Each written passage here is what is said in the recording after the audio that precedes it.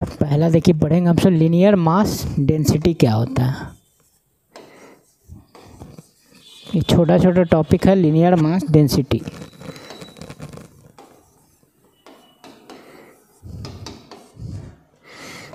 Linear mass density तो ये क्या होता है?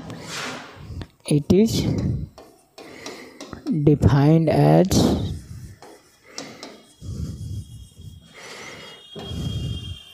मास per unit length.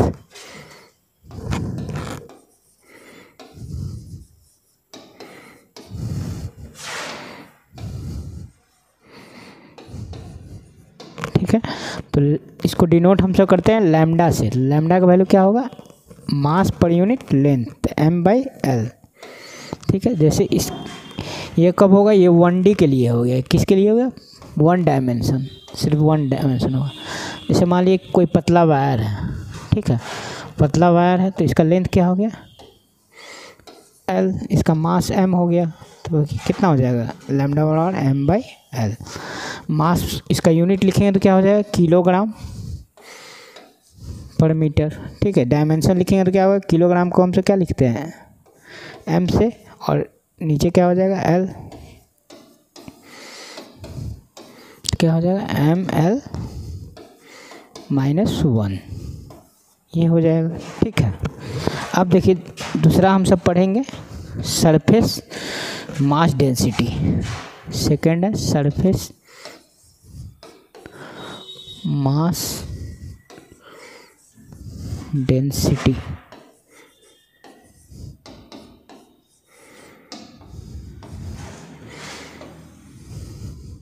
Surface mass density देखिए, ब्लैक बैकग्राउंड पीला हो गया, मतलब ये ब्लैक हो गया। Linear mass density, surface mass density second है, तो इसको डिनोट करते हैं हम सब सिग्मा से।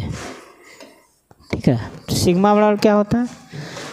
It is defined as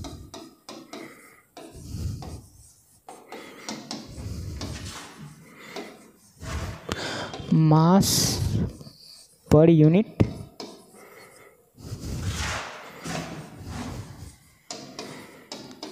area. ठीक है, मास पर यूनिट एरिया।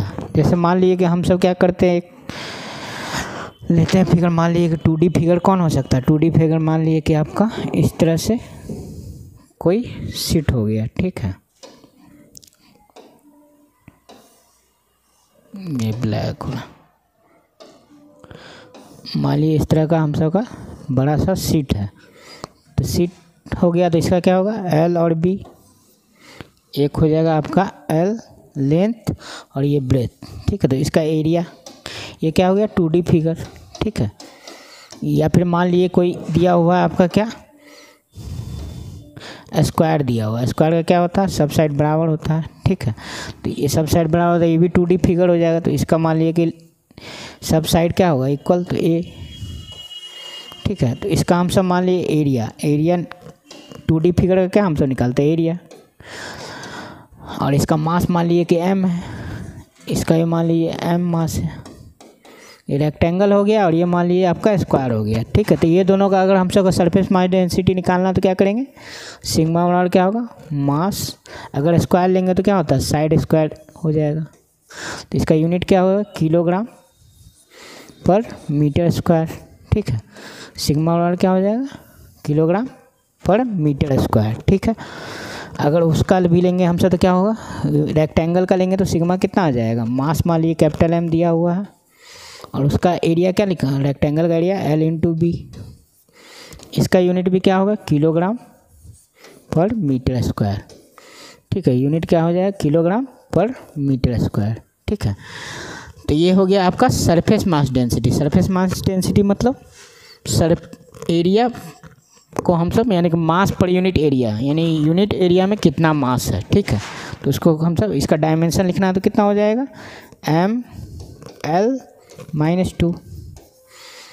ठीक है, अब तीसरा पढ़ेंगे हम सब क्या? Volume mass density. थर्ड होगा वॉल्यूम मास डेंसिटी।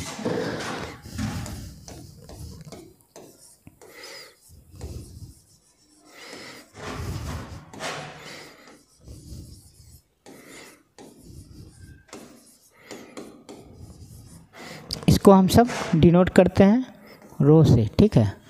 तो ये क्या हो जाएगा, it is defined as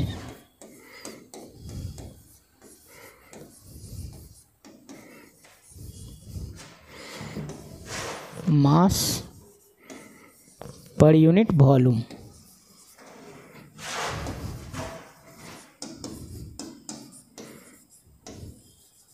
mass per unit volume, ठीक है।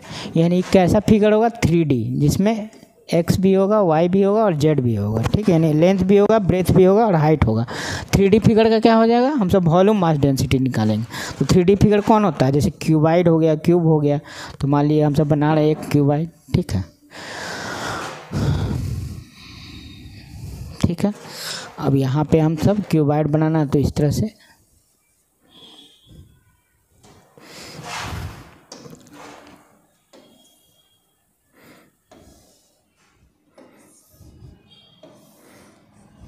ठीक है। तो मान लीजिए एल दिया हुआ है, ये बी है और ये एच है। 3D फिगर में क्या होता है, लेंथ होता है, ब्रेथ होता है, हाइट होता है, ठीक है। जैसे रूम है, तो रूम क्या होता है हम सब का, रूम होता है 3D फिगर, इसमें लेंथ भी होता है, ब्रेथ भी होता है और हाइट भी होता है, ठीक है। तो इसमें कितना हवा भरा हुआ है रूम में, तो इसके लिए हम सब क्या करेंगे, वॉल्यूम निकालेंगे, ठीक है। तो हम सब इसका अगर लिखेंगे तो इसको रो बढ़ा क्या लिखेंगे, इसका मान लीजिए टोटल मास है, मास मान लेते हैं एम दिया हुआ है। तो ये क्या होता है, मास पर यूनिट वॉल्यूम। तो एम बाई क्या हो जाएगा, भी। अब वॉल्यूम जानते हैं क्यूबाइड का क्या होता है, L into B into H. कितना हो जाएगा, किलोग्राम पर मीटर क्यूब। इसका डायमेंशन कितना हो जाएगा, किलोग्राम मतलब m, मीटर क्यूब नीचे ऊपर जाएगा तो क्या हो जाएगा, ml-3। तो ये हो गया, ठीक है। अब हम सब देखेंगे centre of mass thin rod का निकालेंगे। थिन रॉड का कैसे निकालेंगे, देखिए इसके लिए हम सब देखते हैं। तो अगला टॉपिक है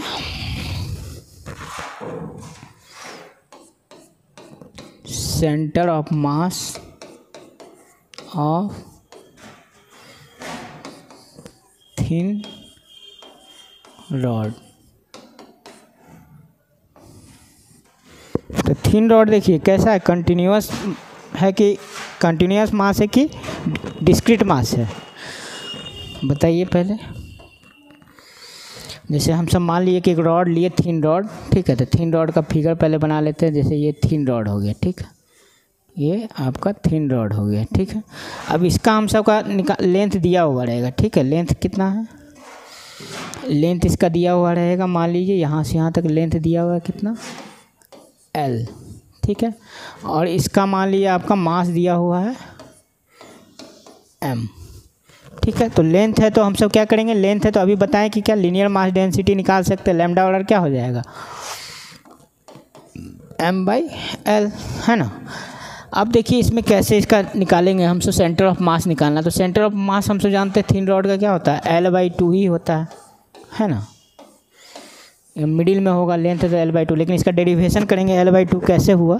तो इसके लिए हम सब, ये क्या है, कंटिन्यूअस मास सिस्टम है ना। इसमें क्या है, टोटल मास देखिए यहाँ पे छोटा होगा DM पार्ट, ठीक है, यहाँ पे छोटा होगा इसी के बगल में, ऐसे ऐसे करके क्या बहुत सारा DM होगा, यहाँ पे भी DM, यहाँ पे भी DM, बगल में भी क्या होगा, छोटा मास। ऐसे करके हमसे एक का मास निकाल लेंगे छोटा वाला का, और फिर क्या कर देंगे, DM ये वाला मान लीजिए छोटा काटे पार्ट DM, ऐसे ऐसे करके छोटा छोटा मास काटेंगे तो कैसा हम सबका हो जाएगा, बहुत सारा इन्फिनाइट इसमें मास होगा जो छोटा छोटा काट सकते हैं, और सबको ऐड कर देंगे तो क्या हो जाएगा, टोटल मास निकल जाएगा, टोटल मास निकल जाएगा, है ना। तो हम सब क्या करेंगे, सबसे पहले छोटा एक मास लेंगे। मान लीजिए हम सब क्या किए, यहाँ पे एक छोटा मास लिए, ठीक, छोटा मास हम सब लेते हैं यहाँ पे। जैसे मान लिए कि ये वाला, ये छोटा मास लिए, इसका क्या है, DM है, मास है। और ये जो है यहाँ से कितना डिस्टेंस पे है, x डिस्टेंस पे है, और x डिस्टेंस पे है। और इसका थिकनेस कितना दिया हुआ है, मान लीजिए ये वाला पार्ट को इधर दिखा रहे हैं, इसका मास DM है और थिकनेस इसका कितना है, dx, ठीक है। तो हम सब अगर मान लीजिए कि इसका अगर हम सब लैम्डा निकालेंगे तो क्या होगा बताइए, छोटा वाला पार्ट का निकालिएगा तो कितना हो जाएगा, मास इसका कितना है, DM, और लेंथ कितना है, dx, है ना। तो हम सब DM बराबर लिखेंगे तो कितना हो जाएगा, लैम्डा इंटू dx। सब पढ़े हैं कि कंटिन्यूअस मास सिस्टम का हम सब एक सेंटर ऑफ मास निकला है, सेंटर ऑफ मास एक्स का तो क्या होता है फार्मूला, ये तो बताए थे। इंटीग्रेशन क्या हो जाएगा, एक्स का निकालना है तो क्या करेंगे, एक्स इंटू डी एम बटा इंटीग्रेशन ऑफ डी एम। बस इसमें अब हम सबको क्या करना है, वैल्यू रख देना है, बस आ जाएगा। ठीक है, अब देखिए यहाँ पे जो डीएम काटेंगे यहाँ पे कटा, इसी तरह यहाँ पे कटेगा डीएम, इसी तरह यहाँ तो इन्फिनाइट डीएम होगा, बहुत सारा डीएम होगा। तो डीएम कहाँ से शुरू होगा, यानी छोटा मास जो हम सब काट रहे हैं कहाँ से कहाँ तक काट सकते हैं, तो ये वाला 0 से शुरू करेंगे और लेंथ कितना L तक, यानी पहला डीएम हम सबको क्या मिलेगा, 0 से जस्ट आगे ये ओरिजिन हुआ तो इससे यहाँ पे डीएम मिलेगा पहला। इसी तरह ये तो इंटीग्रेशन क्या होता है, इंटीग्रेशन जस्ट लाइक समेशन है। ठीक है, तो यहाँ का हम सब डीएम सबको जोड़ लिए तो क्या हो जाएगा, टोटल मास निकल जाएगा। तो छोटा मास हम सब डीएम इंटू एक्स, एक्स क्या है इसका डिस्टेंस कि कितना डिस्टेंस पे है, तो ये कितना डिस्टेंस पे डीएम काटे एक्स, तो x DM by integration DM. ये फार्मूला किसके लिए होता है, कंटिन्यूअस मास के लिए। कंटिन्यूअस मास रहेगा तो हम सब क्या करेंगे, इसी तरह सेंटर ऑफ मास निकालेंगे। ठीक है, अब ये देखिए यहाँ पे हम सब अगर मान लीजिए यहाँ से ऐसे कर दिए तो ये वाला क्या है एक्स एक्सिस, और ये वाला क्या हो गया, ये एक्स एक्सिस हो गया, और ये क्या हो गया वाई एक्सिस, ये ओरिजिन हो गया। तो देखिए इसका सब पार्ट एक्स एक्सिस पे है तो सिर्फ एक्स सेंटर ऑफ मास निकलेगा। ठीक है, वाई सेंटर ऑफ मास तो 0 होगा, जब भी होगा तो सेंटर ऑफ मास कहाँ होगा, एक्स एक्सिस पे, वाई एक्सिस पे क्या हो जाएगा 0, क्योंकि टोटल रॉड कहाँ है एक्स एक्सिस पे रखा हुआ है। ठीक है, तो एक्स सेंटर ऑफ मास हम सबको निकाल लेना, वही सेंटर ऑफ मास इसका हो जाएगा। तो इसको हम सब देखिए छोटा करते हैं और फिर इसको निकालते हैं हम सब। तो छोटा इसको कर लेते हैं,